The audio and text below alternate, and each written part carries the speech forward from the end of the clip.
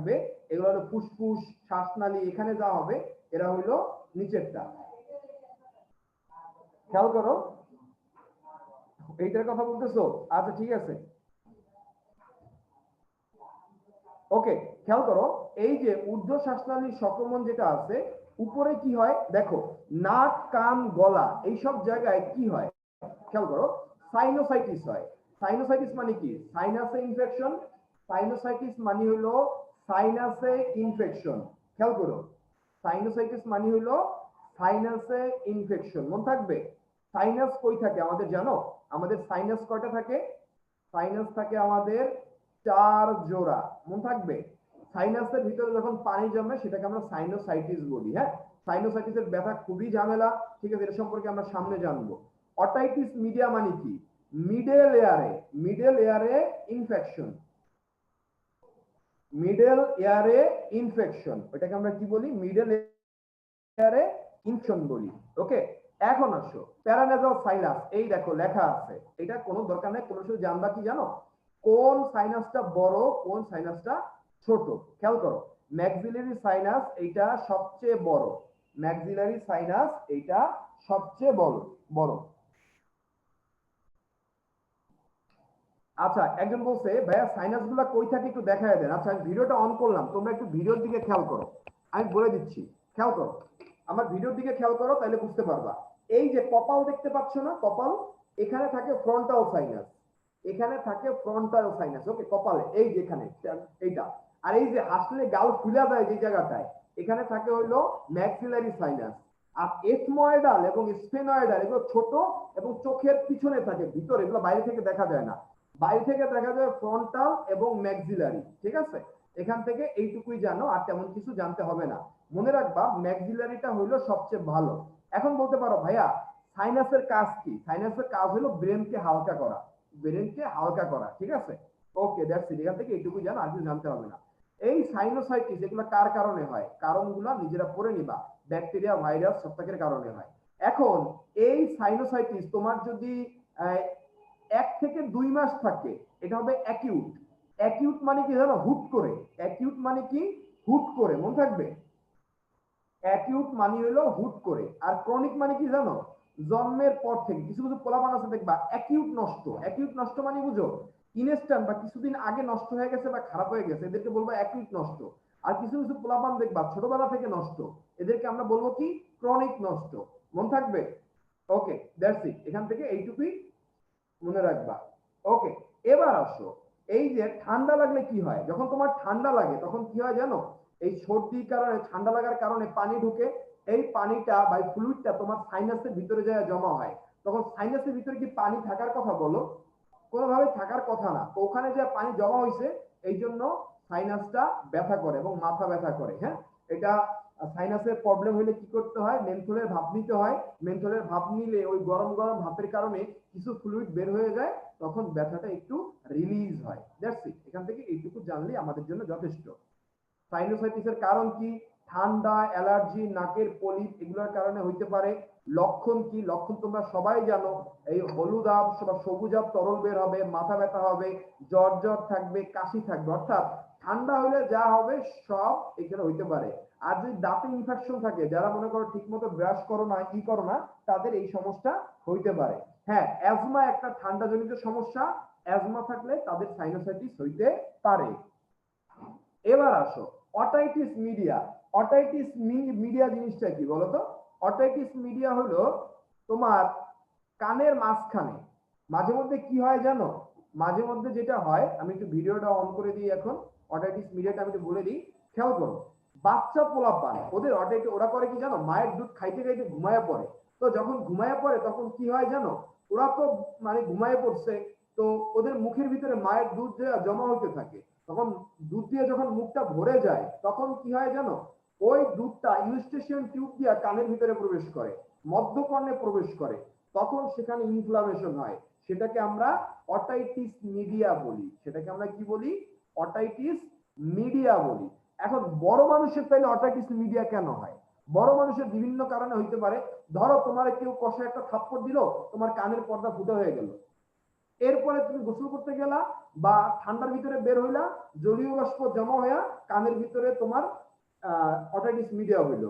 বা ধরো তোমার কেউ পুকুরে নামাইয়া, ধরো যখন সুইমিং পুলে যাও, বন্ধু বান্ধবরা কি করে, সবাই মিললে একজনের চুবায় না, যখন সবাই মিললে একজনকে চুবাবে তখন কি হবে, মুখ দিয়া এই পানি কানের ভিতর হইয়া মাথায় যেতে পারে, তখন কি হয়, অটাইটিস মিডিয়া হইতে পারে। এই অটাইটিস মিডিয়াও আবার দুই ধরনের। কয় ধরনের? দুই ধরনের, অ্যাকিউট এবং ক্রনিক। কয় ধরনের? দুই ধরনের, অ্যাকিউট এবং ক্রনিক। যেটা অল্প কিছুদিন থাকে সেটাকে আমরা বলি অ্যাকিউট, এই যে দেখছো 4 থেকে 8 সপ্তাহ অ্যাকিউট, আর ক্রনিক হলো অনেক দিন ধরে থাকলে সেটাকে আমরা বলি ক্রনিক। ঠিক আছে? এই যে আরএসভি, রেসপিরেটরি সিনথেসিয়া ভাইরাস, এরা দায়ী। এই যে অটাইটিস মিডিয়ার জন্য কারা দায়ী, এটা একটু তোমাদের, হ্যাঁ অবশ্যই ক্রনিক ডিজিজ অবশ্যই কিওর হয়, রেগুলার ট্রিটমেন্ট নিতে হবে এবং ঠান্ডা অ্যাভয়েড করতে হবে, তাহলে কিওর হয়ে যায়। হ্যাঁ, ওকে। এর লক্ষণগুলো কি? তোমার জ্বর আসবে, যেহেতু অটাইটিস মিডিয়া একটা ইনফ্লামেশন, ইনফ্লামেশনে কি জ্বর আসে, কানের ভিতরে ব্যথা করবে, ভো ভো শব্দ শুনবা, কারণ কি তোমার কানের ভিতরে পানি আছে, এই জন্য তুমি করবা কি, অকারণে কান চুলকানো যাবে না, ঠান্ডা লাগানো যাবে না, সাঁতার কাটা যাবে না, কান পরিষ্কার রাখতে হবে, কানের ভিতর কোনোভাবে পানি ঢুকতে যাওয়া যাবে না। আর অ্যাডহেসিভ, নতুন বইতে অ্যাডহেসিভটা বাদ দিয়ে দিছে, বুঝছো? তোমরা যারা বই পড়ছো তারা জানো অ্যাডহেসিভ নামে একটা জিনিস আছে, ওইটা বাদ দিয়ে দিছে তোমাদের বইতে, লেটেস্ট এডিশনে অ্যাডহেসিভ কথাটা নেই। ওকে, ধূমপাই আর অধূমপাই, এটা একটু দেখে নিবা, এটা সম্পর্কে বলার কিছু নাই। আসো, এতক্ষণ আমরা যেটা পড়লাম, খেয়াল করো, খেয়াল করো, আমরা এতক্ষণ যেটা পড়লাম এটা একটা ভিডিও দেখবো। হ্যাঁ, খেয়াল করো, তোমরা একটু স্ক্রিনের দিকে তাকাবা। হ্যাঁ, এতক্ষণ যা পড়ছি এটা আমরা একবারে দেখে ফেলবো। খেয়াল করো, আমরা রেসপিরেটরি, খেয়াল করো, এই যে শ্বসন প্রক্রিয়াটা, এই যে ব্রেক, এই যে ভিডিওটা দেখো, এরপরে আমরা দিব, ব্রেক দিব। দেখো, আপার পার্ট মনে আছে কি বলছিলাম, গলার উপরে আপার পার্ট, গলার নিচে লোয়ার পার্ট। ঠিক আছে? এই দেখো নেজাল ক্যাভিটি থেকে শুরু হইলো, ফ্যারিংস, এই যে ল্যারিংস, তারপর কি নেজাল ক্যাভিটি, এই যে খেয়াল করো, এই যে ফ্রন্টাল ম্যাক্সিলারি, নেজাল এবং এথময়েডাল, এই ভোমার, এই যে বোনসগুলা বললো, এই বোনসগুলা সব তোমার শ্বাস নিতে সাহায্য করে। এই যে বোনসগুলার নাম বলা হইলো, এরা সবাই তোমাকে কি করে, শ্বাস নিতে সাহায্য করে। আর ফ্যারিংসের জায়গাটা এই বরাবর, এটা এখানে দেখায় দেওয়া হয়েছে। ঠিক আছে? ওকে, এবার খেয়াল করো, নেজোফেরিংস এবং ওরোফেরিংস দুইটা জায়গা আছে, এই যে ল্যারিঙ্গোফেরিংস, সব এই জায়গায় অবস্থিত। এই যে ল্যারিংস ভোকাল কর্ড দেখানো হচ্ছে, দেখো এই যে লম্বা দেখছো কাঁপতেছে, এই কাঁপতেছে এই দুটো ভোকাল কর্ড, কাঁপতেছে ওই দুটো কি, ভোকাল কর্ড। এটা হলো ট্রাকিয়া। খেয়াল করো, ব্রঙ্কাই, ব্রঙ্কিয়াল ট্রি যেগুলো দেখানো হয়েছিল, এইটা দেখো, এই যে ট্রাকিয়াটা সি শেপ দেখছো, পিছন দিকে খোলা থাকে। এখানে একটা জিনিস খেয়াল করো, এই যে খেয়াল করো, এই যে খাবারটা নামতেছে দেখছো, খাবারটা নামার সময় এপিগ্লোটিস দ্বারা শ্বাসনালীটা বন্ধ হয়ে যাচ্ছে। খেয়াল করো, এই যে খাবারটা আমি পজ করে দিলাম, আমি আবার দেখাবো, খেয়াল করো, আমি বলতেছি খেয়াল করবা, খাবার খাওয়ার সময় এপিগ্লোটিস দ্বারা শ্বাসনালীটা বন্ধ থাকে, এই জন্য আমরা যখন খাবার খাই তখন শ্বাস নেওয়া বা ত্যাগ করা কোনোটাই হয় না। খেয়াল করো, খেয়াল করো, ঠান্ডা মাথায় খেয়াল করো, এখন ভিডিওটা আসবে। এই যে দেখো, এই যে এপিগ্লোটিসটা বন্ধ করে দিল, এই যে খাবারটা নিচে নামে গেল, এপিগ্লোটিসটা বন্ধ থাকলো। ওকে, ওকে, এটার নাম কি, ব্রঙ্কাই। খেয়াল করো, ব্রঙ্কের পর ব্রঙ্কিওল, এই যে ব্রঙ্কিওল দেখানো হচ্ছে। ঠিক আছে, ট্রিটার আমরা দেখলাম, সাবডিভিশন দেখবো এখন। এরপর হলো অ্যালভিওলার নালী। খেয়াল করো, কি দেখবো আমরা, অ্যালভিওলার নালী। ওকে, এগুলো হলো অ্যালভিওলার নালী সব। ওকে, এবার দেখো রাইট লাং, এটাকে এটা লেফট লাং, রাইট লাংকে তিন ভাগে ভাগ করছে, এই যে তিনটা লোব, এক দুই তিন, আর লেফটটাকে দুই ভাগে ভাগ করছে, দুইটা লোব। এখন আসো একদম মলিকুলার লেভেলে কি হয় খেয়াল করো, এখন তাকাও, তোমরা জিনিসটা বুঝো নাই, এই জিনিসটা এখানে দেখো, এখানে খেয়াল করো, এই দেখো এখানে খেয়াল করো, ছোট ছোট যেগুলা বের হচ্ছে এইদিকে আসতেছে, এগুলো হলো কার্বন ডাই অক্সাইড, আর যেগুলো এইদিকে আসতেছে এগুলো হলো অক্সিজেন। খেয়াল করে, আমি আবার ই করে দিই, এই যে দেখছো, অক্সিজেন এবং কার্বন ডাই অক্সাইডের আদান প্রদান হচ্ছে। বুঝা গেল ব্যাপারটা? এই দেখো কিভাবে অক্সিজেন এবং কার্বন ডাই অক্সাইড যায়, এটা একটু আমরা দেখে ফেলবো, এখান থেকে দেখে ফেলো।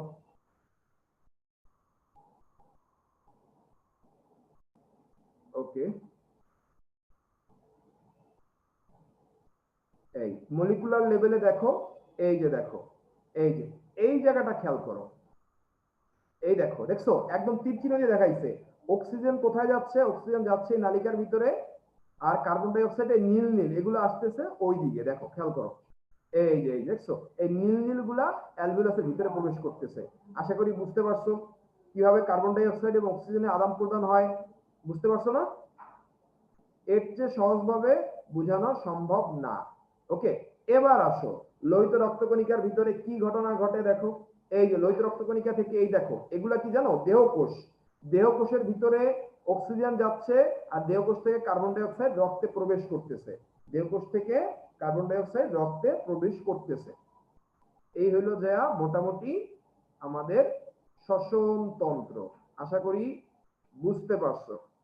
ওকে, এখান থেকে আমরা যে জিনিসগুলা ব্যাখ্যা করলাম এই জিনিসগুলো এখান থেকে একটু দেখে নিবা। তোমাদের রিটেনের জন্য কি কি পড়তে হবে সেই জিনিসটা আমরা একটু এখান থেকে দেখে নেব। এই যে এই যেগুলো সব পড়ানো হয়েছে, chloride shifting, otitis media, sinusitis, শ্বাস প্রশ্বাসের কার্যাবলী, কার্বন ডাই অক্সাইড কিভাবে পরিবাহিত হয়, পারবা না এগুলোর অ্যান্সার করতে? অবশ্যই পারবা। এটা ব্রেক দরকার তোমাদের নাকি? টায়ার্ড হয়ে গেছে সবাই অনেক নাকি? ওকে, যাও একটা ব্রেক নাও। ওকে তানভীর, ওদের কি কোনো কোশ্চেনের অ্যান্সার দিবা তুমি?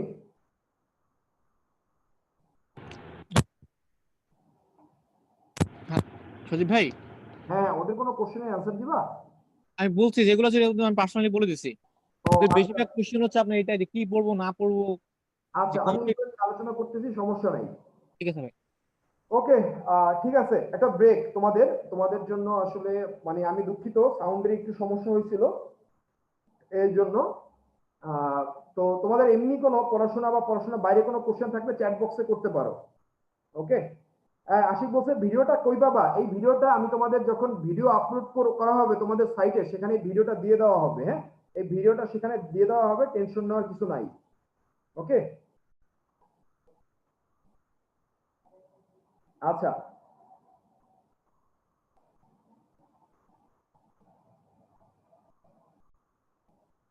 হ্যাঁ ব্রেক 5 মিনিট। ওকে, ব্রেক তোমাদের জন্য 5 মিনিট, 5 মিনিট ব্রেক হবে। হ্যাঁ, একজন বলছে ভাইয়া ঘুম পড়ানো, ঘুম কমানোর উপায় বলেন নাকি? ঘুম কমানোর উপায় কিছু নাই। এটা তুমি যখন চিন্তা করবা যে ভাইয়া যে চান্স না পাইলে আমার কি অবস্থা হবে, ওইটা যখন চিন্তা করবা, ওইটা যখন রিয়েলাইজ করবা, তখন দেখবা আর ঘুম আসে না। বুঝতে পারছো? ওকে, একজন জিজ্ঞাসা করবে ভাইয়া মেডিকেলের জন্য কি বই পড়লে ভালো? মেডিকেলের কথা এখানে করাই জিজ্ঞাসাই করা যাবে না। হ্যাঁ, মেডিকেলের কথা এখানে জিজ্ঞাসা করা যাবে না। কারণটা হলো মেডিকেলের পড়াটা একদম ভিন্ন ধাঁচের। হ্যাঁ, সেটা আমাদের এখানে অল্প সময়ের ভিতরে কোনোভাবে বলা সম্ভব না। আচ্ছা, আমি যে ভিডিওটা দেখাইছি, ভিডিওটা কি বুঝছো তোমরা? যদি বুঝে থাকো চ্যাট বক্সে একটু সি দিয়া জানাও তো, যে আমি যে ভিডিওটা দেখাইলাম ওটা কি বুঝছো কিনা, তাহলে একটু সি দিয়া জানাও। ওকে, ঠিক আছে। শোনো, অনেকে জিজ্ঞাসা করো ভাইয়া ইসে মানে আঁকা আঁকতে হবে কিনা? অবশ্যই তোমাদের ছবি আঁকতে হবে। ছবি আঁকার কোনো বিকল্প নাই। ঠিক আছে, ছবি আঁকার কোনো বিকল্প নাই, আঁকতে হবে।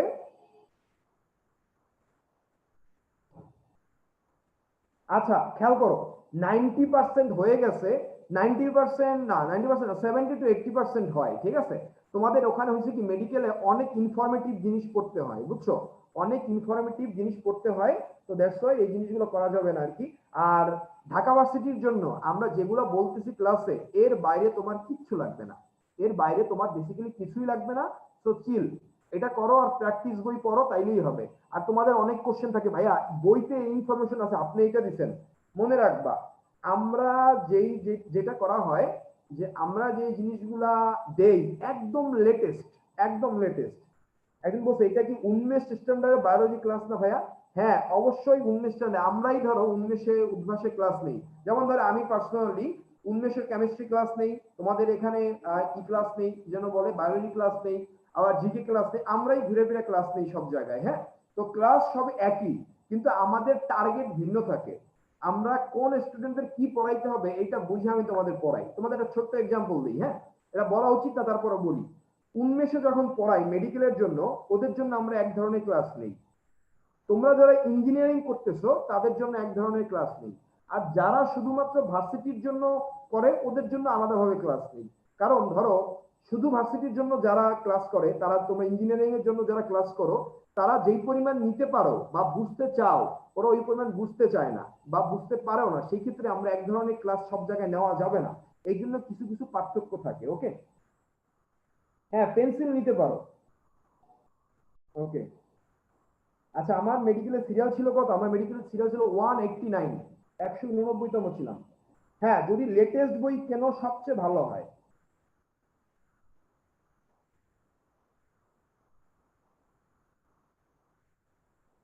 হ্যাঁ বই পড়া, শোনো বই পড়াটা সবচেয়ে বেস্ট, বই পড়া তো কোনো বিকল্প নাই, বাট স্লাইডটা পড়লে তোমাদের জন্য মোটামুটি ভালোই একটা কাভার হবে। হ্যাঁ, অটাইটিস মিডিয়া তোমরা নতুন বইয়ের তথ্য অনুযায়ী দুই প্রকার, বুঝছো? আগের বইতে ছিল অটাইটিস মিডিয়া 3 প্রকার, হ্যাঁ এখন দেওয়া আছে 2 প্রকার। ওকে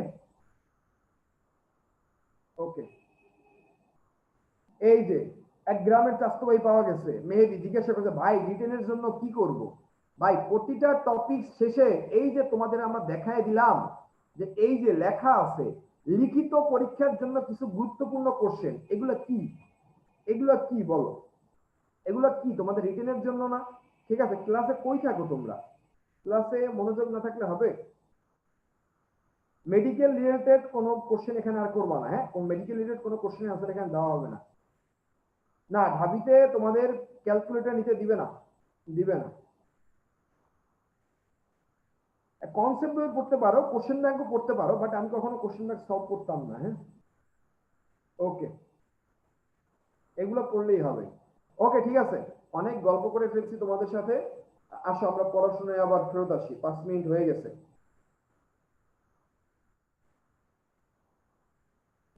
না আমি ব্রেক নিব না, আমি ব্রেক নিতে গেলে বিপদ। ঠিক আছে, তোমরা হতাশ হয়ে যাও আমি ব্রেক নিতে গেলে, এই জন্য আমি ব্রেক নিই না আর কি। আচ্ছা ঠিক আছে,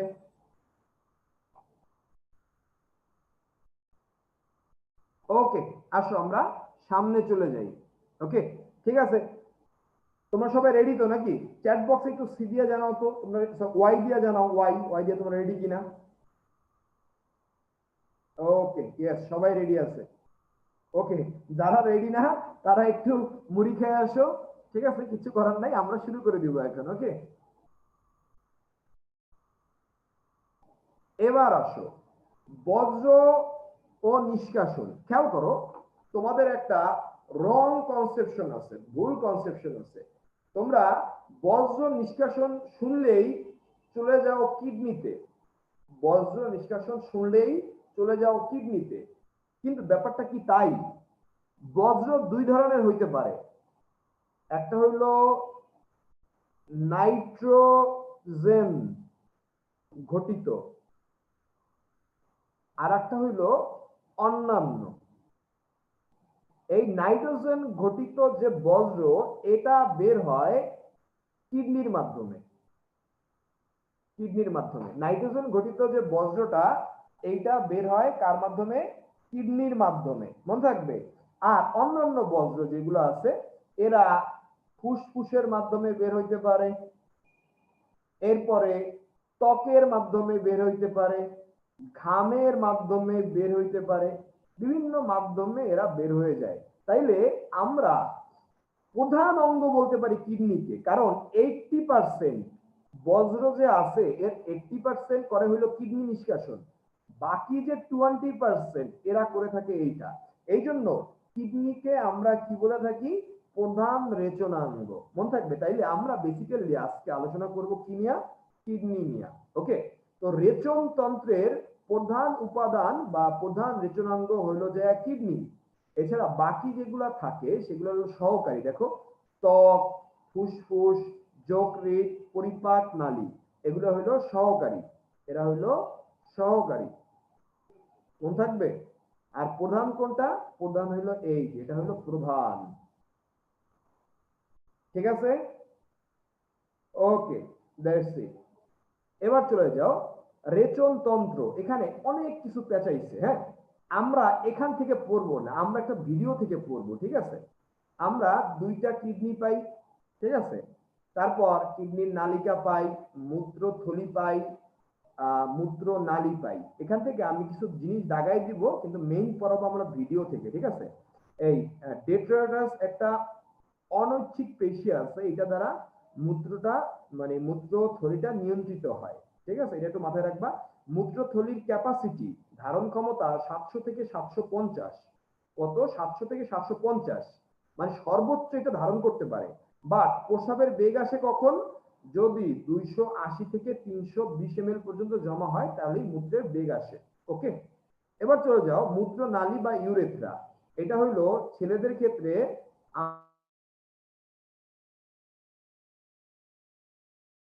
সেন্টিমিটার। এখন এই ছেলেদের ক্ষেত্রে এই মূত্রনালী বা ইউরেথ্রা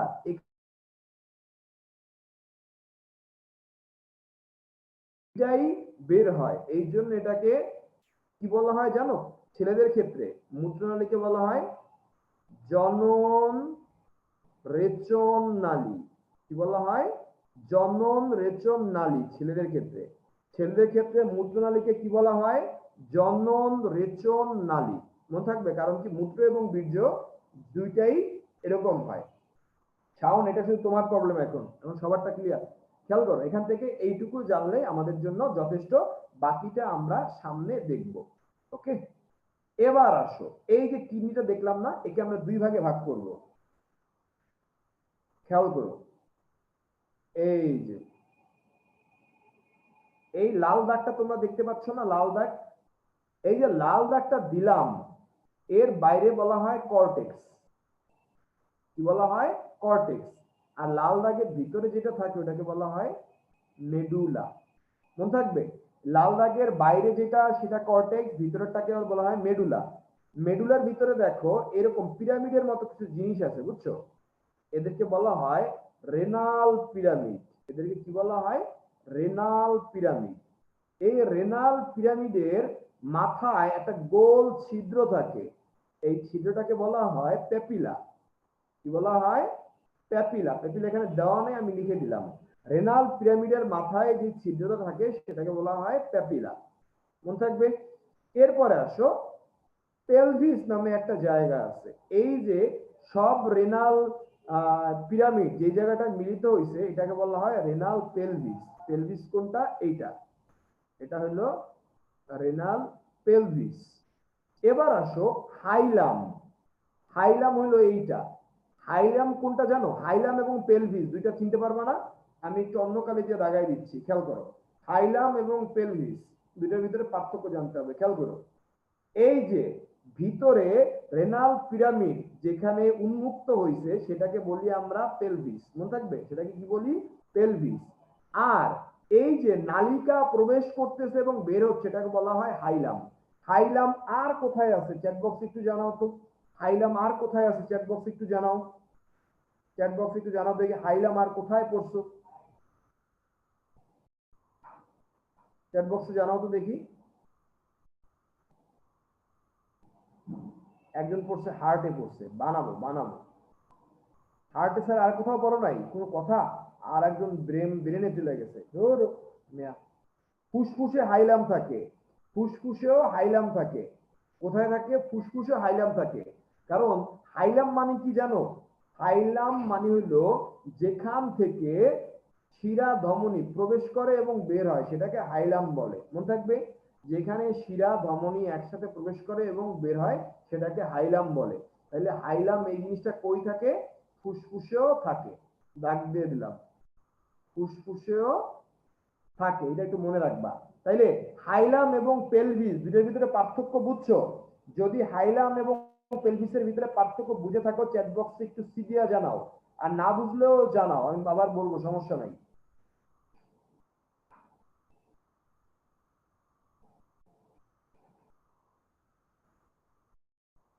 ওকে, দুই একজন পাওয়া গেছে যে বুঝে নাই। খেয়াল করো, ছবির দিকে তাকাও। এই যে নীল কালি যে জায়গাটা দেখতে পাচ্ছ এটা হলো পেলভিস, এটা হলো ভিতরের দিকে। পেলভিস থাকে ভিতরের দিকে, হাইলাম থাকে বাইরের দিকে। যারা কিচ্ছু বুঝো নাই তারা মনে রাখো, পেলভিস থাকে ভিতরের দিকে, হাইলাম থাকে বাইরের দিকে। হাইলামের ভিতর দিয়া কি করে? শিরা এবং ধমনী প্রবেশ করে এবং বের হয়। শিরা এবং ধমনী প্রবেশ করে এবং বের হয়, মনে থাকবে। এই জন্য এটাকে হাইলাম বলা হয়। হাইলাম আর কোথায় থাকে? ফুসফুসেও থাকে।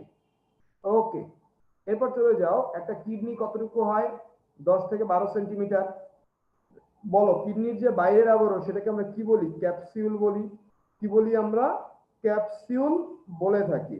এখন চ্যাট বক্সে তোমরা অ্যান্সার দাও তো একজন। সূর্য দত্ত, তুমি বুঝো না মানে আর জীবনে বুঝবা না ভাইয়া, একটা কাজ করো, পড়াশোনা বাদ দিয়ে দাও, এরপরে যদি না বুঝো তাইলে আর পড়াশোনা হবে না। চ্যাট বক্সে জানাও তো, ডান এবং বাম কিডনির ভিতরে কোনটা নিচে থাকে? চ্যাট বক্সে একটু জানাও তো, ডান এবং বাম কিডনির ভিতরে কোনটা নিচে থাকে? ওকে, ডান সাইডেরটা। অনেকে বাম দাগাইছো, তোমাদের কি মাথা খারাপ? আমি প্রথম পেজে কি দেখাইছিলাম? যে লিভার থাকে, লিভারের চাপে ডান সাইডের কিডনিটা একটু নিচে নেমে যায়, আমি বললাম না? কিসের চাপে? লিভারের চাপে ডান সাইডের কিডনিটা একটু নিচে নেমে যায়, এই জন্য ডান সাইডেরটা একটু খাটো এবং মোটা হয়, বাম সাইডেরটা একটু লম্বা এবং চিকন হয়। আমি বলে আসছি, খেয়াল করো নাই তোমরা? ওকে, খেয়াল করো, বৃক্কের বিভিন্ন কর্টেক্স, মেডুলা, এখানে যে কথাগুলো বলা আছে এগুলো আমরা বলে আসছি। এখন আসো, মেজর ক্যালিক্স, মাইনর ক্যালিক্স, এগুলো তোমাদের বুঝতে হবে না, তারপরে একটু বলে দিই। দেখো, মাইনর মানে কি? ছোট। খেয়াল করো, ছোট ছোট নালিকা, এগুলাকে বলি মাইনর। এই ছোট ছোট নালিকা গুলা যখন মিলা বড় একটা নালিকা তৈরি করে, সেটাকে আমরা বলি মেজর। ঠিক আছে? ছোট ছোট নালিকা যেগুলা রেনাল পিরামিড থেকে বের হয় সেগুলাকে বলি আমরা মাইনর ক্যালিক্স। আর মাইনর ক্যালিক্স গুলা যখন সব একসাথে মিলে সেটাকে আমরা বলি মেজর ক্যালিক্স। ঠিক আছে? রেনাল পিরামিড থাকে 8 থেকে 14টা, মনে থাকবে। বৃক্কের কাজ কি?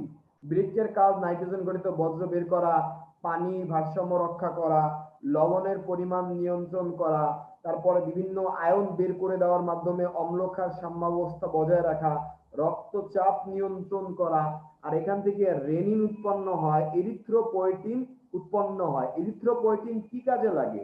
তোমরা অ্যাড্রেনাল গ্ল্যান্ডের নাম শুনছো না? ঠিক আছে, সেখান থেকে, যাই হোক, এই যে এরিথ্রোপয়েটিনের কথা বললাম, ওটা কি? এরিথ্রোপোয়েসিসে, এরিথ্রোপোয়েসিস, এরিথ্রোপোয়েসিসে সাহায্য করে। আর রেনিন কি কাজ করে? রেনিনটা আমরা একটু পরে দেখব, রেনিনটা আমরা একটু পরে দেখব। লোহিত রক্তকণিকা তৈরির প্রক্রিয়া আমরা এরিথ্রোপোয়েসিস বলে থাকি। খেয়াল করো, অবতল অংশ, এই যে একটা কিডনি যদি আমরা নেই, এর অবতল অংশ কোনটা? অবতল অংশ হলো এইটা, এইটা হলো অবতল অংশ। ওই সাইডেরটা উত্তল অংশ। তাহলে কি বলছে? অবতল অংশের ভাঁজকে কি বলা হয়? এইটা যদি ভুল করছো রে ভাই, তাহলে আজকে শেষ তোমরা। অবতল অংশের ভাঁজকে কি বলা হয়? ওকে, এই লঞ্চ করে দিলাম।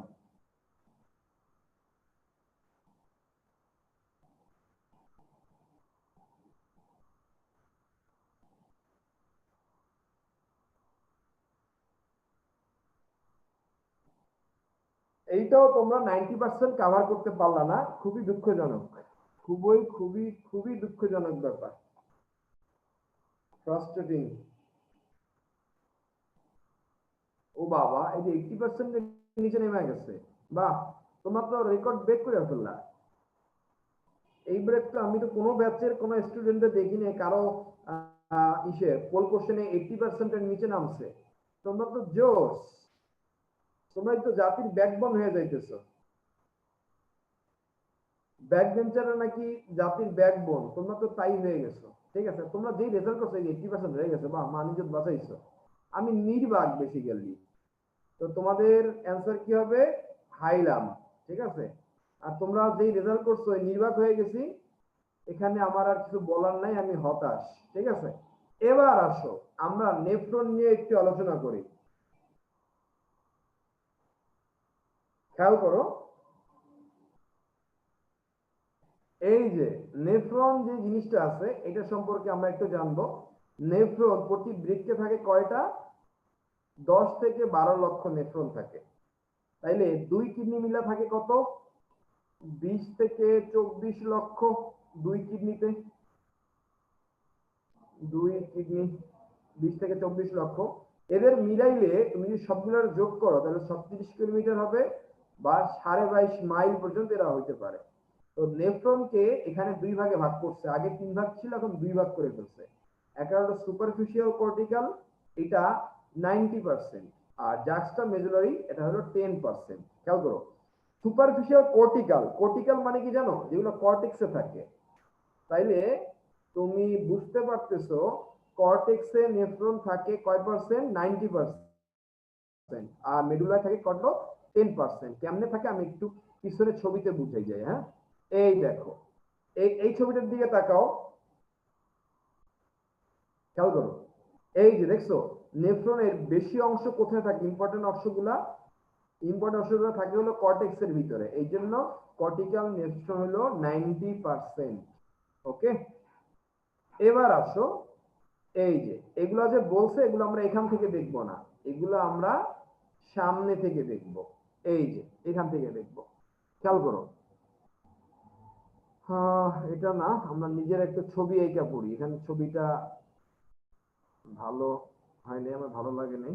খেয়াল করো, বুঝলো?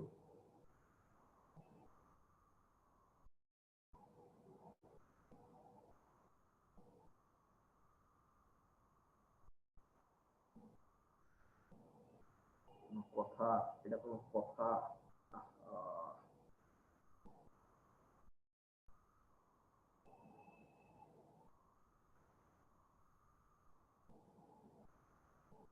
আচ্ছা, তুমি একটু লাইনে থাকো, একটু লাইনে থাকো, আমি আসতেছি।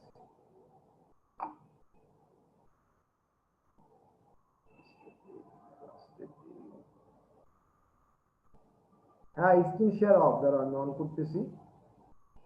তোমাদের কপালটা আজকে ভালো খারাপ মনে হচ্ছে, বুঝতে পারছো? খুবই হতাশাজনক অবস্থা।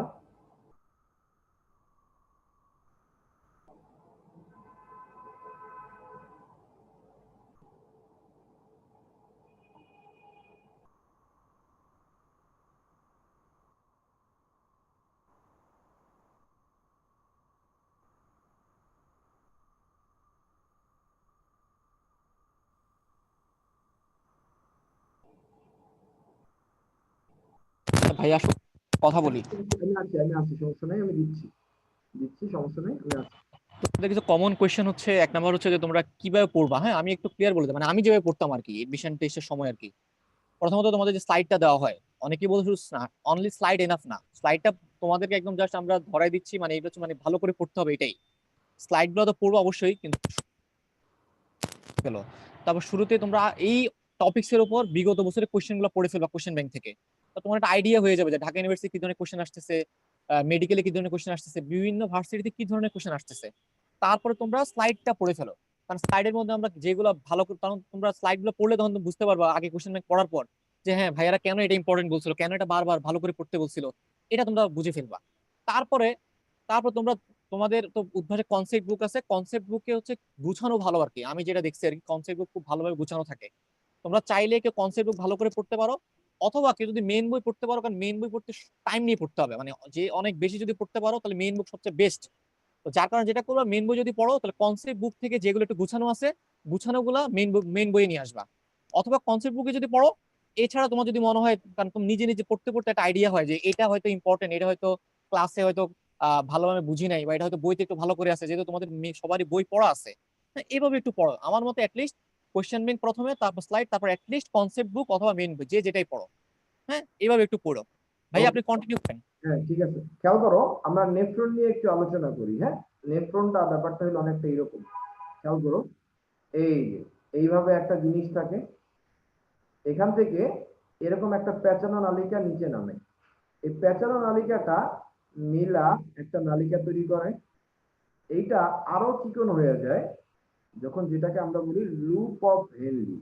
এই লুপ অফ হেনরিটা হালকা মোটা হয়, এইভাবে এইভাবে একটু মোটা হয়, এরপরে এইটা আরো মোটা হয়, এই যে এভাবে আরো মোটা হইয়া এইভাবে এইভাবে এইভাবে এইভাবে যায়, যায়া বড় একটা নালিকায় ওরা উন্মুক্ত হয়, বড় একটা নালিকায় ওরা উন্মুক্ত হয়। একটা বাজে ছবি, তা আমি আঁকলাম, কারণ বইতে যেভাবে আছে ওইভাবে দিতে গেলে বিপদ। হ্যাঁ, দেখো, খেয়াল করো, এর ভিতরে আবার কিছু ব্যাপার থাকে, যেমন ধরো এই যে একটা নালিকা এরকম ঢুকে,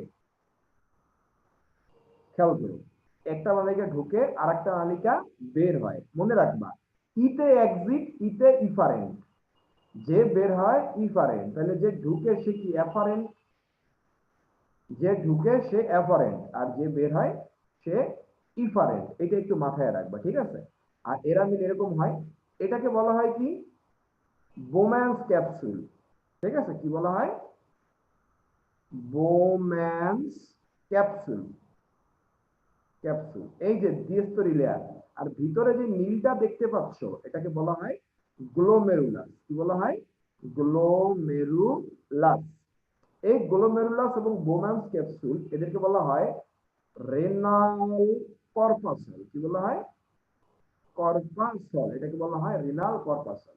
এরপরে যে নালিকাটা দেখতে পাচ্ছ এটাকে বলা হয় প্রক্সিমাল কনভলিউটেড টিউবিউল বা নিকটবর্তী পেঁচানো নালিকা। আর দূরে যেটা আছে এটাকে বলা হয় ডিস্টাল কনভলিউটেড টিউবিউল বা দূরবর্তী পেঁচানো নালিকা। মাঝখানে যেটা থাকে এটাকে বলা হয় লুপ অফ হেনলি। হেনলি এই লুপটা আবিষ্কার করছে, এই জন্য এর নাম দেওয়া হয়েছে লুপ অফ হেনলি। এটার আবার তিনটা পার্ট, একটা হলো ডিসেন্ডিং, আর এটা হলো অ্যাসেন্ডিং, আর মাঝখানটা হলো নরমাল পাতলা পার্ট আর কি, ঠিক আছে, ইউ শেপ যেটা থাকে এইটা, ঠিক আছে। আর এটা হলো কালেক্টিং ডাক্ট। কালেক্টিং ডাক্ট কেন বলা হয়েছে, কালেক্টিং ডাক্ট বলা হয়েছে কারণ ও বজ্র পদার্থ বিভিন্ন জায়গা থেকে কালেক্ট করে, দ্যাটস ওয়াই এটাকে কালেক্টিং ডাক্ট বলা হয়। অর্থাৎ নেফ্রন থেকে যে পরিমাণ মূত্র তৈরি হবে সবাই যা জমা হচ্ছে কালেক্টিং ডাক্টে, এই জন্য এটাকে বলা হয় কালেক্টিং ডাক্ট। ওকে, এতক্ষণ আমরা যে জিনিসটা পড়লাম এইটা আমরা একটু শর্টকাটে একটা ভিডিওতে দেখে ফেলি, খেয়াল করো। দেখো structure and function of kidney এটা নিয়ে পড়বো একদম 3D, তোমাদের সুবিধা। ঠান্ডা মাথায় খেয়াল করো, চ্যাট বক্স এবং কোশ্চেন অ্যান্সার থেকে চলে আসো। খেয়াল করো, সারা দেহ থেকে যে এই রক্তটা আছে, রক্তটা কোথায় আসবে, কিডনিতে আসবে বিশুদ্ধ করার জন্য। খেয়াল করো, এই কিডনির নিউট্রনের ভিতরে যাবে কিসের জন্য, এটাকে পরিষ্কার করার জন্য।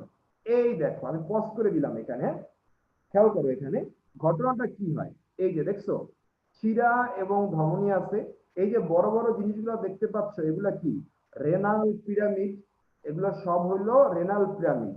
এই যে সাদা জায়গাটা দেখতে পাচ্ছ ছোট ছোট, এটাকে কি বলা হয় বলতো মাইনর ক্যালিক্স, এটাকে কি বলা হয় মাইনর ক্যালিক্স, এটাকে বলা হয় মেজর ক্যালিক্স। এই জায়গাটাকে কি বলা হয়, এই জায়গাটাকে বলা হয় হলো যে পেলভিস, এই জায়গাকে বলা হয় কি পেলভিস বলা হয়। ওকে, এরপরে সামনে দেখো, এই দেখো একদম মাইক্রো স্ট্রাকচার দেখছো, কর্টেক্স কাকে বলে দেখছো, আমি কি বলছিলাম কর্টেক্স বলছিলাম না, কর্টেক্স কি বাইরের অংশকে কর্টেক্স বলা হয়, বাইরের পার্টকে আমরা কি বলি কর্টেক্স বলি, খেয়াল করো। এবার আসো আমরা নেফ্রন নিয়ে একটু আলোচনা করি, খেয়াল করো। এই যে মেডুলার ভিতরে কি থাকে, রেনাল পিরামিড থাকে, মেডুলার ভিতরে কি থাকে রেনাল পিরামিড, এই যে দেখো রেনাল পিরামিড চিহ্নিত করে দেখানো হচ্ছে, ঠিক আছে, এটা হলো রেনাল পিরামিড। ওকে, এরপরে চলে যাও, আমরা এই যে জায়গাটা দেখতে পাচ্ছি এটাকে বলা হয় কি দেখো রেনাল পেলভিস। যারা রেনাল পেলভিস আগে বুঝো নাই তারা এখান থেকে দেখে নাও রেনাল পেলভিস জিনিসটা কি। এই যে রেনাল পেলভিস এখানে দেখা যাচ্ছে। ওকে, ওকে, এই যে নালিকাটা দেখতে পাচ্ছ লম্বা নালিকাটা এটা বলে ইউরেটার, ইউরেটারের লেন্থ কত 25 সেন্টিমিটার, আর এইটা হলো ব্লাডার। আচ্ছা, এই যে পজ করে দিলাম, হ্যাঁ, এখানে আমি একটা আইডেন্টি একটা জায়গায় গোল দিছি দেখছো, এই যে নিচে চকলেট কালারের এইটা কি তোমরা চ্যাট বক্সে জানাও তো, চকলেট কালারের যেটা দেখা যায় এইটা কি চ্যাট বক্সে জানাও তো, খেয়াল করো এই যে চকলেট কালারের জিনিসটা দেখা যায় এটা কি চ্যাট বক্সে একটু জানাও তো তোমরা। না, মূত্রথলি না, খেয়াল করো উপরের সাদাটা মূত্রথলি, উপরের সাদা মূত্রথলি, নিচে চকলেট কালারের এটা কি এটা জানতে চাচ্ছি।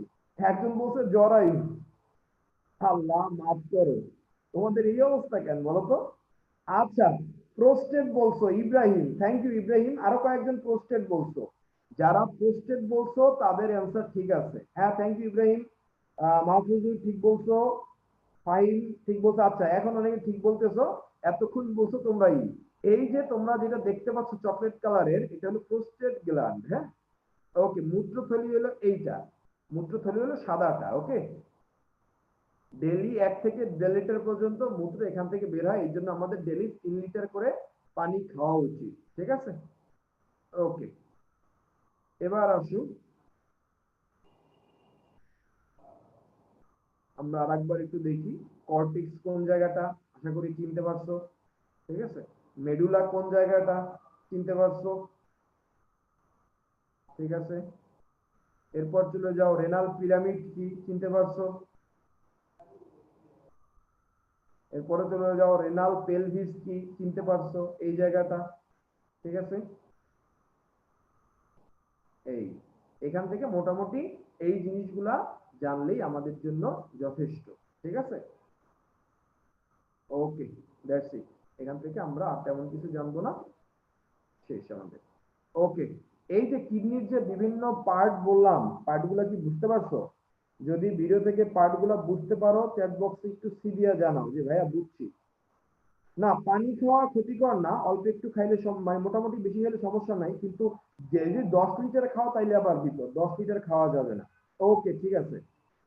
এখন আসো, এই যে পোলটা দিব, এইটা যদি ভুল করছো রে ভাই, শেষ। আজকে তোমরা শেষ। এটা যদি আজকে ভুল করছো, বৃক্কের গাঠনিক এবং কাজের একক কি, এটা অ্যান্সার করো। আমি পোলটা লঞ্চ করে দিচ্ছি। এই পোলটা লঞ্চ করে দিলাম, অ্যান্সার করো।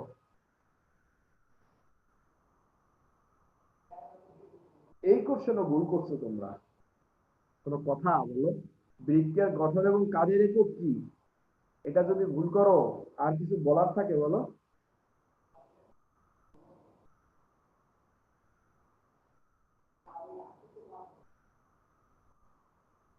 ওকে, ঠিক আছে, অনেক ভোট, তোমরা খুব তাড়াতাড়ি ভোট করো, এটা একটা ভালো জিনিস।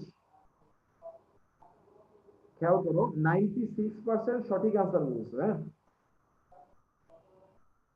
ওকে। আর যারা ভুল করছো তাদের আমি কিছু বলবো না, আল্লাহর কাছে বিচার দিলাম, আর কিছু বলার নাই আমার। হ্যাঁ, ওইটাই। ওকে, ঠিক আছে, আসো আমরা সামনে চলে যাই। ঠিক আছে, আমরা এইখান থেকে লিখিত কি কি পড়বো, আমরা আমরা লিখিত পড়বো রেচন কি, এটা সম্পর্কে আমরা জানবো।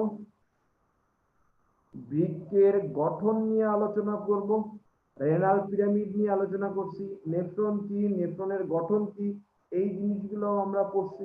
দেখছি এখান থেকে আর কিছু বলার নাই। না, সাধারণত কিডনির ছবি আসে না, তুমি নেফ্রনের ছবিটা আঁকবা। হ্যাঁ, কিডনির ছবিটা পড়ার এভাবে দরকার নেই। হ্যাঁ, খেয়াল করো। আর রেচনের শরীরবৃত্ত নাইট্রোজেন ঘটিত বজ্র উৎপাদন করে, ইউরিয়া উৎপাদন করে, ইউরিক অ্যাসিড উৎপন্ন করে।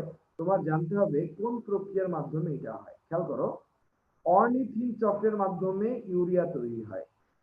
অর্নিথিন চক্রের মাধ্যমে ইউরিয়া তৈরি হয়। এই জন্য একটা এনজাইম লাগে, যাকে আমরা ডি অ্যামাইলেজ এনজাইম বলি। কি বলি আমরা? ডি অ্যামাইলেজ এনজাইম বলি। এটাকে আমরা কি এনজাইম বলি? ডি অ্যামাইলেজ এনজাইম বলি। এরপর চলে যাও ক্রিয়েটিনিন।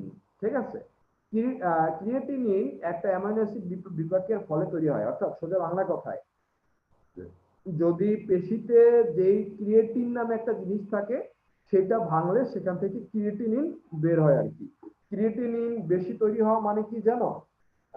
যেন বলা হয় ক্রিয়েটিনিন বেশি তৈরি হওয়া মানে তোমার কিডনির অবস্থা, তোমার রক্তে যদি ক্রিয়েটিনিনের পরিমাণটা বাইরে যায় এর মানে তোমার কিডনির অবস্থা খারাপ আর কি। এই জন্য দেখবা এই লেভেলটা একটু তোমাদের জেনে নিতে হবে যে স্বাভাবিক অবস্থায় রক্তে কতটুকু ক্রিয়েটিনিন থাকা উচিত। ওকে, এখান থেকে এইটুকুই রাখবা। আর ক্লাস বেশিক্ষণ নাই, অল্প সময় হবে আর কি। খেয়াল করো, আহ এই যে রেচন পদার্থ যেটা মূত্র তৈরি, মূত্র তৈরিটা 3 ধাপে হয়। কয় ধাপে হয়? 3 ধাপে। এটাকে বলা হয় আহ অতি সূক্ষ্ম পরিস্রাবন, আলট্রা ফিল্ট্রেশন। আলট্রা ফিল্ট্রেশন, ওকে, আলট্রা ফিল্ট্রেশন। নির্বাচনমূলক পুনঃশোষণ। নির্বাচনমূলক পুনঃশোষণ মানে বুঝো, বাইসা বাইসা কিছু কিছু জিনিস আমরা নিব, কিছু কিছু জিনিস আমরা ফালাই দিব। আর হলো সক্রিয় ক্ষরণ। এই জিনিসটা আমরা এখান থেকে পড়বো না, এই জিনিসটা আমরা একসাথে পড়বো। পিছনে একটা ছবি আছে, এখান থেকে আমি যে ছবিটা আঁকছিলাম এই ছবিটা থেকে পড়বো। খেয়াল করো, ছবিটার দিকে তাকাও, এখান থেকে আমরা পড়বো এখন। হ্যাঁ, ঠান্ডা মাথায় কিভাবে পড়বো খেয়াল করো। রক্তটা যখন গ্লোমেরুলাসে আসে, এখানে কি ঘটে জানো? অতি পরিস্রাবণ। পরিস্রাবণ মানে কি? মানে তুমি এখানে যত রক্ত আসবে, এখানে প্রথমে কি রক্ত আসছিল না? রক্ত আসছিল তো এখানে, নাকি? এই জায়গাটায় রক্ত ছিল না? রক্তের অতি পরিস্রাবণ হবে, মানে রক্তের ভিতরে যা যা আছে সব পড়ে যাবে, সব পড়ে যাবে, সব নিচে পড়ে যাবে, এইদিকে সব নিচে পড়ে যাবে। যেহেতু সব পড়ে যাচ্ছে, এই জন্য এটাকে আমরা বলি অতি পরিস্রাবণ। মনে থাকবে, যেহেতু অতি মানে বুঝছি, ঠিক আছে? যেহেতু সব নিচে পড়ে যাচ্ছে, কয়েকটা জিনিস পড়বে না। কি কি পড়বে না জানো? আরবিসি আর প্রোটিন, এরা পড়বে না। এছাড়া বাকি যা আছে সব পড়ে যাবে। তো গ্লোমেরুলাস দিয়া সব পরিস্রাবণ হয়ে পড়ে গেল। পড়ে গেলে এই যে এই জায়গাটা তুমি দেখতে পাচ্ছ, এখানে থাকবে কি বলতো? এখানে থাকবে পানি, এখানে থাকবে আয়ন, সব ধরনের আয়ন। কিন্তু আরবিসি এবং প্রোটিন এরা বড় হওয়ার কারণে এই গ্লোমেরুলাস ভেদ করে নিচে নামতে পারে না। খেয়াল করো, এখন খেয়াল করো, অতি পরিস্রাবণ শেষ। এটা কি শেষ? অতি পরিস্রাবণ শেষ। এখন প্রক্সিমাল কনভলিউটেড টিউবিল, এখানে যেটা আছে, এখানে পানি এবং আয়ন এগুলো নাইমে আসছে। এখন সব পানি এবং আয়ন যদি আমরা ফালায় দেই, তাহলে কি আমরা বাঁচবো বলো? আমরা তো বাঁচবো না। তাইলে আর সব পানি যদি আমরা ফালায় দিই, তাহলে কি আমরা বাঁচবো? কোনো বাঁচার চান্স নাই। তো সেই ক্ষেত্রে আমরা কি করব জানো? বাইসা বাইসা যেগুলো দরকার সেগুলো নিয়ে নিব। যেহেতু আমরা বাইসা বাইসা নিচ্ছি, এই জন্য এটাকে বলি আমরা নির্বাচনমূলক পূর্ণ শোষণ। যেগুলো আমাদের দরকার এগুলো বাইসা বাইসা আমরা শোষণ করে নিব। এইভাবে এইভাবে পানি, তারপরে সোডিয়াম, পটাশিয়াম যেগুলো দরকার এগুলো বাইসা বাইসা আমরা নিয়ে যাব। এই জন্য নির্বাচনমূলক পুনঃশোষণ। এটা হবে কোন পর্যন্ত জানো? এই যে আমি সবুজ কালি দাগ যেই পর্যন্ত দিব, সবটাই হলো নির্বাচনমূলক পুনঃশোষণ হবে। সবুজ কালির জায়গাটা পুরোটাই নির্বাচনমূলক পুনঃশোষণের জায়গা। নির্বাচনমূলক পুনঃশোষণ যখন শেষ হয়ে যাবে, তখন যেটা অবশিষ্ট থাকবে সেটা কি? মূত্র। সেই মূত্রটা কি করবে? সেই মূত্রটা যায়া জমা হবে সংগ্রাহী নালীতে। মূত্র জমা হবে কোথায়? সংগ্রাহী নালীতে। তাহলে মূত্রটা জমা হচ্ছে কোথায়? সংগ্রাহী নালিকাতে। আমি কি তোমাদের বুঝাইতে পারছি? তাইলে এই যে সংগ্রাহী নালিকায় আসলো, এই মূত্রটা এখান থেকে কই যাবে? সব মিলায়া কিডনি ইউরেটার হয়ে আস্তে আস্তে বের হয়ে যাবে। এটাকে আমরা কি বলবো? সক্রিয় ক্ষরণ। কি বলবো আমরা? সক্রিয় ক্ষরণ। আশা করি তোমরা বুঝতে পারছো। তাহলে আমরা একবার রিপিট করি, ঠান্ডা মাথায় খেয়াল করো। হ্যাঁ, গ্লোমেরুলাস যেই জায়গাটা আছে, এই ছিদ্র দিয়া বা এই ছাকনি দিয়া সব পড়ে যায়, সব নিচে পড়ে যায়। কিন্তু কি কি পড়তে পারে না? চ্যাট বক্সে জানাও তো, কি কি গ্লোমেরুলাস দিয়ে পড়তে পারে না? কি কি গ্লোমেরুলাস থেকে নিচে নামতে পারে না বলো তো? চ্যাট বক্সে জানাও তো। RBC, good. আর কি? শুধু আরবিসি, আর কিছু বলিনি আমি? Protein, good. তাইব সঠিক অ্যান্সার দিছো, অনেকেই সঠিক, নাইম সঠিক অ্যান্সার দিছো। তাহলে প্রোটিন এবং আরবিসি এই দুটা পড়তে পারে না, আর সব পড়ে যায়। এখন যেহেতু পড়ে গেছে, এগুলো সব ফালাই দিলে আমরা বাঁচবো না? বাঁচবো না। এই জন্য আমাদের কি করতে হবে? নির্বাচনমূলক পুনঃশোষণ করতে হবে। অর্থাৎ বাইসা বাইসা আমাদের শোষণ করতে হবে। তাহলে বাইসা বাইসা শোষণ করব কোন কোন জায়গায় বলতো? কোন কোন জায়গা থেকে শোষণটা হয়? এই যে পুরা সবুজ এরিয়া যেটা, পুরা সবুজ এরিয়া যেটা, সব জায়গাটাই পুনঃ শোষণ হয় নাকি? তাহলে বলবো কি আমরা? রেনাল টিউবিউলে। কোথায় হয়? রেনাল টিউবিউলে। Renal tubule. রেনাল টিউবিউলে কি হয়? নির্বাচনমূলক পুনঃশোষণ। ওকে, হ্যাঁ, PCT to CT, okay, proximal convoluted tubule to collecting duct, ঠিক আছে, রেনাল টিউবিউল, ওকে ফাইন। তাহলে নির্বাচনমূলক প্রশোষণ কোথায় হয়? Renal টিউবিউলে, that's it. আর সক্রিয় কারণ কোথা থেকে হয়? কালেক্টিং ডাক্ট থেকে। বাকি যা থাকবে সেগুলো মূত্র, সেটা কালেক্টিং ডাক্ট হয়ে বের হয়ে যায়। ওকে, এই যে, তাইলে এই দেখো এই কথাগুলো এখানে বলছে, খেয়াল করো।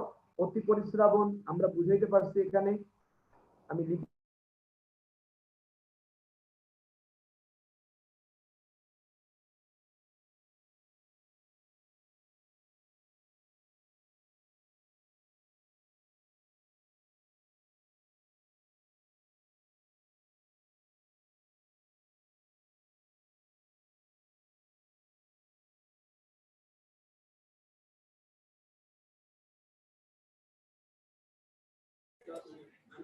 সজীব ভাই শুনতে পাচ্ছেন? তানভীর ভাই, তানভীর ভাইয়া,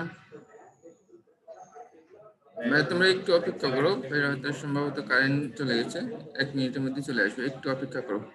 তানভীর ভাই আছেন? তানভীর ভাইয়া,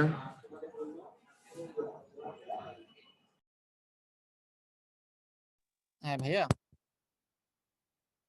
জি ভাইয়া, ওদের একটু কিউএনএর কোশ্চেন গুলো দেখেন, ভাই সম্ভবত নেট প্রবলেম হয়েছে, আসবে।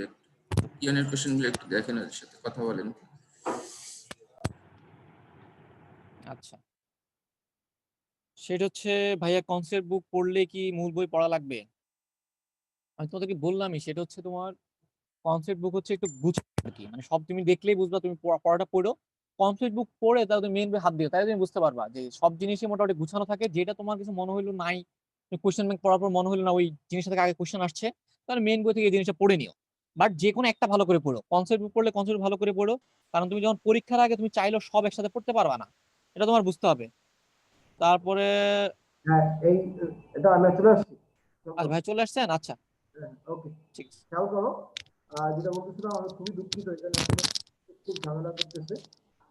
খেয়াল করো যে আরবিসি এবং প্রোটিন এই দুইটা কোনোভাবে বের হইতে পারে না, এটা একটু মাথায় রাখবা, ঠিক আছে?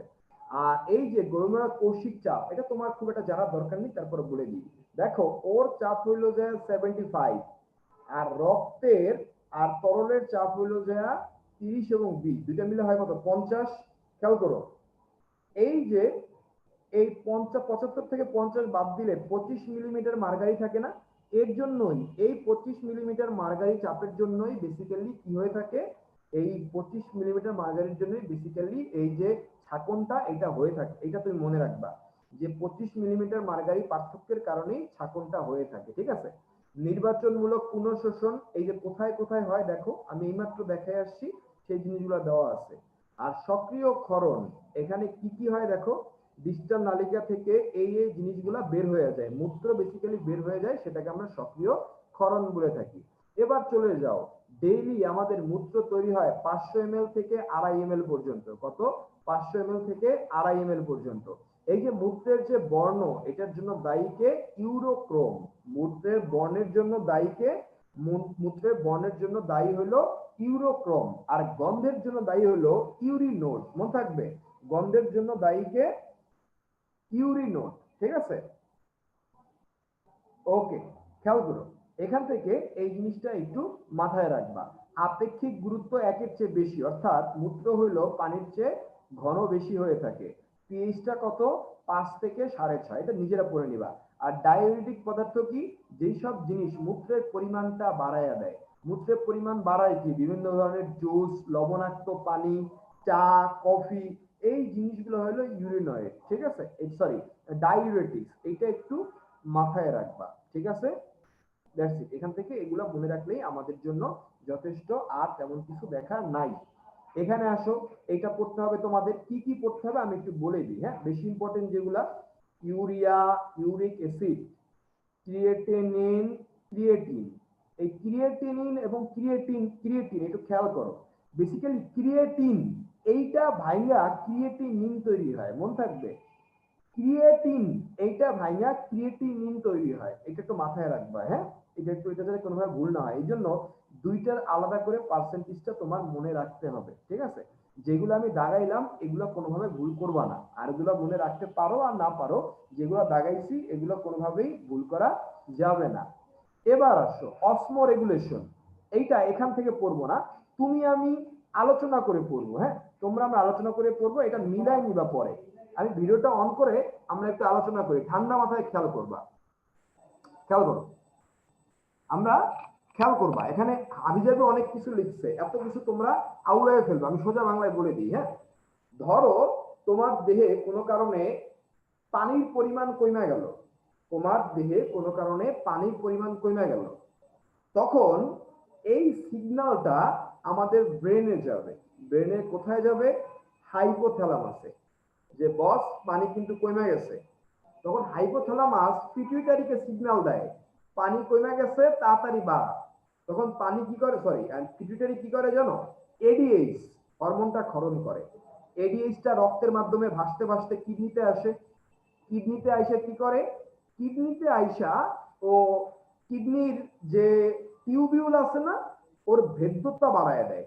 ভেদ্যতা বাড়ায় দেয় মানে হইলো ওর শোষণ ক্ষমতা বাড়ায় দেয়।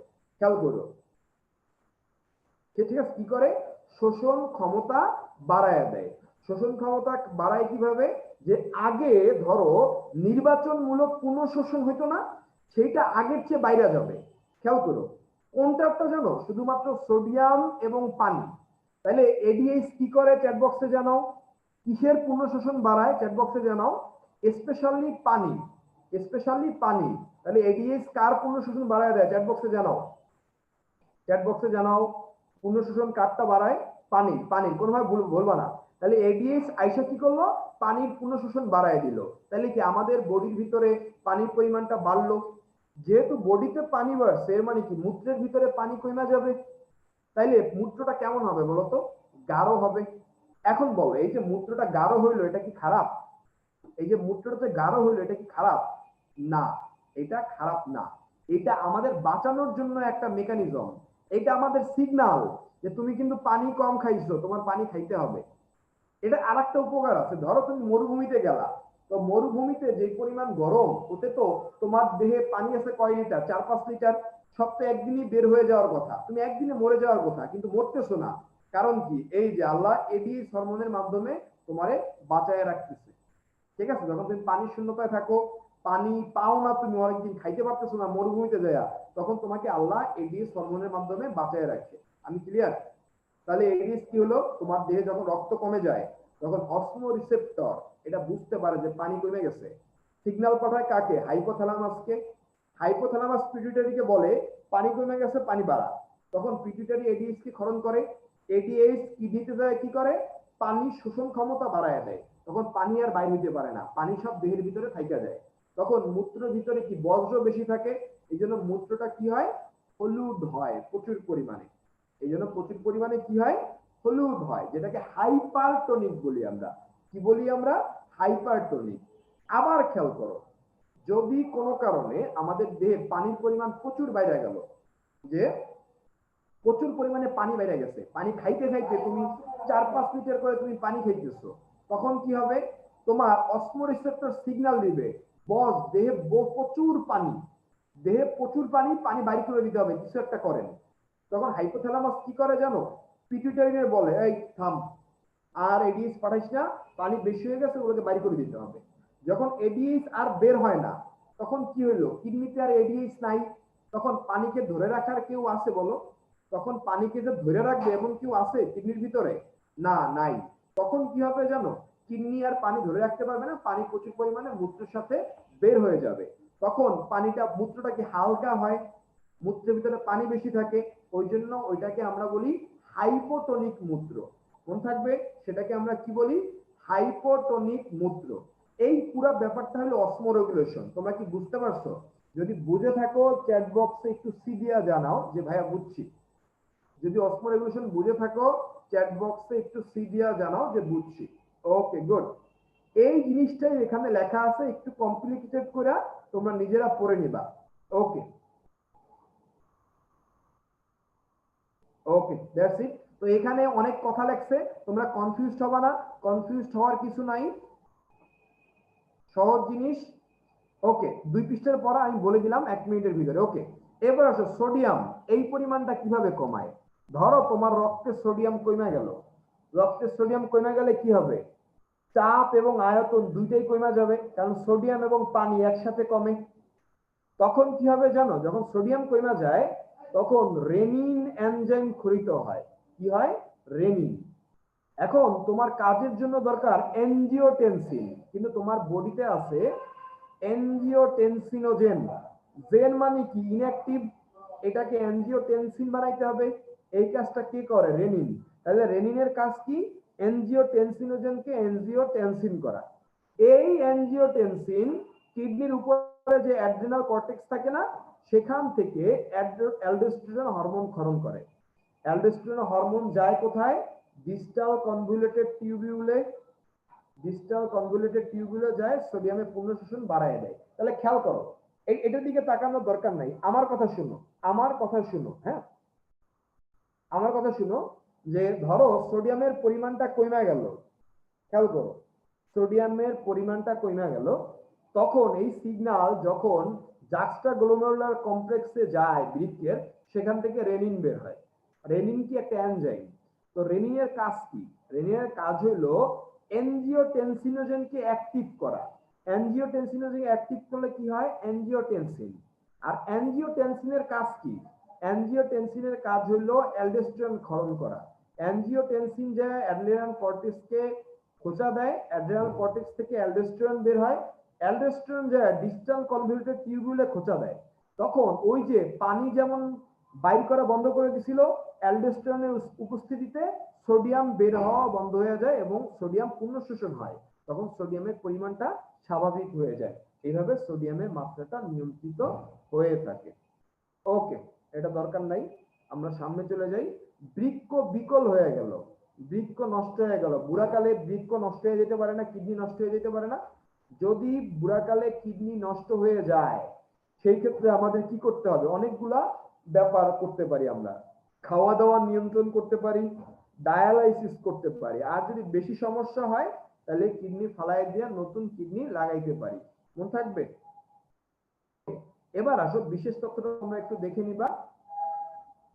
এখন আসো, ডায়ালাইসিস কয় ধরনের? একটা হলো হিমোডায়ালাইসিস, আর একটা হলো পেরিটোনিয়াল ডায়ালাইসিস। হিমোডায়ালাইসিস মানে কি? রক্তের মাধ্যমে যেটা ডায়ালাইসিস করি। কিভাবে করব এটা আমরা সামনে দেখাচ্ছি, খেয়াল করো। এই যে আমরা এখন দেখব কিভাবে হিমোডায়ালাইসিস। ভিডিওটার দিকে তাকাও, হ্যাঁ ভিডিওটার দিকে তাকাও, খেয়াল করো। হেমোডায়ালাইসিস আমরা কিভাবে করি। এই যে মেশিনটা, এই যে মেশিনটা দেখতে পাচ্ছ, এটা হলো ডায়ালাইসিস মেশিন। যেই মেশিনটা তোমরা দেখতে পাচ্ছ, এটা কি? Dialysis machine. এটার ভিতরে রক্ত পাঠানো হয়, এরপরে রক্তটা বিশুদ্ধ হওয়ার পরে সেটাকে আবার আমাদের দেহে ফেরত পাঠানো হয়। খেয়াল করো কিভাবে পাঠানো হয়, খেয়াল করো কিভাবে পাঠানো হয়।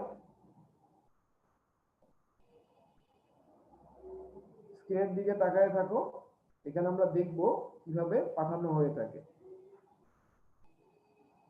এই যে তোমরা একটা জিনিস মনে রাখবা, সাধারণত ঠান্ডা মাথায় শুনো, এই যে মেশিনের ভিতরে আমরা যে রক্তটা পাঠাবো, সেটা পাঠাবো কোথা থেকে? ধমনী থেকে। মনে থাকবে, মেশিনের ভিতরে রক্তটা যে পাঠাবো সেটা কোথা থেকে পাঠাবো? ধমনী থেকে। আর মেশিন থেকে যে রক্তটা আসবে সেটা রিসিভ করবো কার মাধ্যমে? শিরার মাধ্যমে। কারণ ধমনীতে রক্ত রিসিভ করা যায় না, কারণ ধমনীতে রক্তের চাপ এমনি বেশি থাকে। ওকে, দেখো কি করে, দেখো এখানে ঘটনাটা কি হয়, ঠান্ডা মাথায় খেয়াল করো। হ্যাঁ, এখান থেকে আমরা কাটবো, কাইটা এই যে আর্টারি দেখছো, এই যে লাল যেটা আর্টারি, এই আর্টারির সাথে একটা পাইপ লাগাবো আমরা। খেয়াল করো, এই যে ওইটা না করে আমরা হাতের এখান থেকেও কাটতে পারি। খেয়াল করো, হাতের এখান থেকে কাটলাম। আর্টারি এবং ভেইন আছে দুইটারে, এইভাবে আমরা ফিস্টুলা করব। কি করব? ফিস্টুলা, দুইটাকে মিলাবো। মিলানোর পরে কি করি দেখো, এই যে জিনিসটা দেখলা, এটাকে বলা হয় ফিস্টুলা। এই যে দুইটা নালিকা ঢুকাইলাম, একটা শিরার ভিতরে আর একটা ধমনীর ভিতরে। খেয়াল করো, শিরার ভিতরে যে নালিকা ঢুকাইছিলাম সেটা থেকে রক্তটা মেশিনের ভিতরে ঢুকলো, শিরা থেকে রক্তটা কই ঢুকলো? মেশিনের ভিতরে ঢুকলো। খেয়াল করো, মেশিনের ভিতরে ঢুকলো, মেশিনের ভিতরে এইটা হলো ডায়ালাইজার। এই যে দেখলাম আমাদের ফিল্টারের ভিতরে একটা কিট থাকে, দেখছো না কিট? ওই কিটের কাজ কি? জীবাণু বা ময়লা ধরে রাখা। এই যে এটা হলো ডায়ালাইজিং কিট। কিট করে কি? রক্তের ভিতর থেকে সব বজ্রগুলারে ধরে রাখে। এই যে দেখছো, এই যে সব বজ্রগুলো ধরে রাখলো, এবং এই দেখো আরেকটা নালিকার মাধ্যমে এই রক্তটা যাচ্ছে। এই যে আরেকটা নালিকার মাধ্যমে রক্তটা এইভাবে এই যে পাশের নালিকা দিয়ে ফেরত যাচ্ছে। দেখো ফেরত যাচ্ছে কার মাধ্যমে? শিরার মাধ্যমে। আর ঢুকছে কার মাধ্যমে? ধমনীর মাধ্যমে। এটাকে আমরা কি বলি জানো? হেমোডায়ালাইসিস। এবার আসো আমরা দেখবো পেরিটোনিয়াল ডায়ালাইসিস। আমাদের পাকস্থলীর এবং অন্ত্রের আশেপাশে একটা লেয়ার থাকে যেটাকে বলে পেরিটোনিয়াম। এইটা এক জায়গা থেকে ফুটা করব আমরা। আমরা কি করব? এক জায়গা থেকে ফুটা করব। দেখো আমরা এক জায়গা থেকে এটাকে ফুটা করতে হবে অ্যাবডোমেন। খেয়াল, এই যেখান থেকে ফুটা করলাম, ক্যাথেটার করলাম, এটাকে আমরা ফুটা করা বা ক্যাথেটার করা বলি। ক্যাথেটার করলাম, খেয়াল করো। এরপরে দেখো এই যে একটা ব্যাগ দেখতেছো, ব্যাগের মাধ্যমে জিনিসপাতি দিয়ে দিলাম এই পেরিটোনিয়ামের ভিতরে তরল। যেই তরলটা ডায়ালাইজার, যে তরলটা দেই সেটাকে আমরা ডায়ালাইজার বলি। এই ডায়ালাইজার তরলটা রক্ত থেকে সকল অবিশুদ্ধ উপাদান ব্যাপন প্রক্রিয়ায় নিজের ভিতরে নিয়ে নেয়। কোন প্রক্রিয়ায়? ব্যাপন প্রক্রিয়ায় সব নিজের ভিতরে নিয়ে নেয়। যখন নিয়ে নেয় তখন এটা আস্তে আস্তে এই নালিকার মাধ্যমে নিচে আর একটা ব্যাগ থাকে, সেই ব্যাগের ভিতরে জমা পড়ে। ঠিক আছে? তাইলে এইটা হইলো আমাদের মোটামুটি ডায়ালাইসিস। এই যে ডায়ালাইসিসে দেখাইলাম সেই ছবিটাই এখানে দেওয়া আছে, খেয়াল করো, সেই ছবিটাই এখানে দেওয়া আছে। তোমরা এই যে ডায়ালাইসিসের ভিডিওটা দেখাইলাম, এটা কি বুঝছো? যদি বুঝে থাকো চ্যাট বক্সে একটু সি দিয়া জানাও। যদি বুঝে থাকো চ্যাট বক্সে একটু সি দিয়া জানাও। ওকে, দ্যাটস ইট। বুঝতে পারছো? Thank you. ওকে, খেয়াল করো, এটাকে আমরা হেমোডায়ালাইসিস, তাহলে হেমোডায়ালাইসিস বুঝতে পারছো। এরপরে আসো পেরিটোনিয়াল ডায়ালাইসিস। এইটাও কি বুঝতে পারছো না? আমরা করছি এটা দিনে 3-4 বার করা লাগে। তো তবে এটা একটা মজার জিনিস আছে, তুমি শুয়া বইয়া সব জায়গায় বসে আরামসে করতে পারবা, সাথে সাথে ব্যাগ নিয়ে ঘুরতে পারবা, সমস্যা নাই। ঠিক আছে? তো এই জন্য পেরিটোনিয়াল ডায়ালাইসিসটা অনেকটা সুইটেবল আর কি। এবার আসো বৃক্ক প্রতিস্থাপন। তুমি একটা বৃক্ক আইনা যখন বসাবা তখন 24 ঘন্টার ভিতরে এটা বসাইতে হবে। দেখো তুমি নতুন বৃক্ক কই বসাইছো? নিচে বসাইছো, কিন্তু আগের বৃক্কটা রয়ে গেছে, থাকুক, সমস্যা নাই। তোমার যদি কোনো প্রবলেম না হয় তাহলে এটা ফালানোর দরকার নাই, এটা ফালানোর এক ঝামেলার কাজ। তবে মাঝে মধ্যে এটার কারণে প্রেসার বাড়া বা অন্য কোনো সমস্যা হলে তখন ফালাই দিতে হয়। এখন বৃক্ক যে তুমি প্রতিস্থাপন করবা, এই জন্য একটা ব্যাপার আছে। তোমার টিস্যু ধরন মিলতে হবে, অর্থাৎ ফ্যামিলি মেম্বারদের কাছ থেকে নিলে রক্তের গ্রুপ মিললে সব, মানে রক্তের গ্রুপ মিলতেই হবে, তারপরও ফ্যামিলি মেম্বারদের কাছ থেকে নিলে ভালো হয়। আর প্রতিস্থাপনের আগ পর্যন্ত এটাকে ঠান্ডা স্যালাইনের ভিতরে সংরক্ষণ করবা। আর যখন যা কিডনি নিবা খেয়াল রাখবা এইচআইভি বা অন্য কোনো রোগ আছে কিনা এটা খেয়াল করে নিতে হবে আমাদের। ঠিক আছে? লিখিত পরীক্ষার জন্য আমরা অসমোরেগুলেশন, মূত্র কিভাবে সৃষ্টি হয়, ডায়ালাইসিস কি, বৃক্ক প্রতিস্থাপন সম্পর্কে লিখো। এই কোশ্চেনগুলা তোমাদের নিজেদের পড়ে নিতে হবে। আচ্ছা, যেই জিনিসগুলো পড়াইলাম তোমরা কি বুঝছো? যদি বুঝে থাকো চ্যাট বক্সে একটু সি দিয়া জানাও। আমাদের লেকচার শেষ। ওকে, আমি খুবই আন্তরিকভাবে দুঃখিত, তোমাদের আজকে খুব সমস্যা হয়েছে কিছু কিছু ব্যাপারে। হ্যাঁ, উদ্ভাসের ভাইয়া কে আছেন? জি ভাইয়া। হ্যাঁ, শেষ করে দিব আমি, আপনারা কিছু বলা থাকলে বলেন। আর আজকে এই পর্যন্তই থাকো, পরে ইনশাআল্লাহ কোনো একদিন দেখা হবে। আজকে অনাকাঙ্ক্ষিত সমস্যার জন্য আমি আন্তরিকভাবে দুঃখিত, কারণ এটা আসলে খুবই অনাকাঙ্ক্ষিত ছিল। কারণ আমি নিজেও আসলে নেটওয়ার্ক এই ধরনের প্রবলেমে কখনো পড়ি নাই। সবাই ভালো থাইকো, সুস্থ থাইকো, এবং পরবর্তীতে কোনো এক সময় হয়তো আবার দেখা হবে। আল্লাহ হাফেজ। হ্যাঁ তানভীর ধন্যবাদ আছো? ভাইয়া। হ্যাঁ তানভীর আছো? তানভীর? তানভীর চলে গেছে। তানভীর ভাই তো এখনো আছে। হ্যাঁ তানভীর, আচ্ছা তানভীর একটু নক দিয়া ওই যে দুপুরে ক্লাসের ব্যাপারে একটু বলে দিয়েন ভাই। হ্যাঁ, ওকে আমার ভাইয়া। যে নেটওয়ার্কের যেহেতু এখন পর্যন্ত একটা ইস্যু আছে, তো ওইদিকে নাই করাটাই ভালো। ঠিক আছে? আমি একটু কাউকে ঠিক আছে ভাইয়া, বলবো না। করা যায় কিনা। হ্যাঁ, ওকে। ওকে ভাই, ওকে।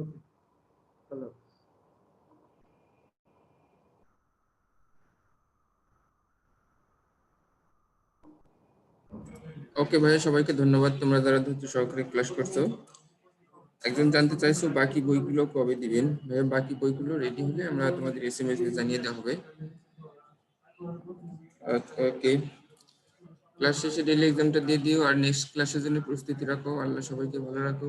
আল্লাহ হাফেজ, আসসালামু আলাইকুম।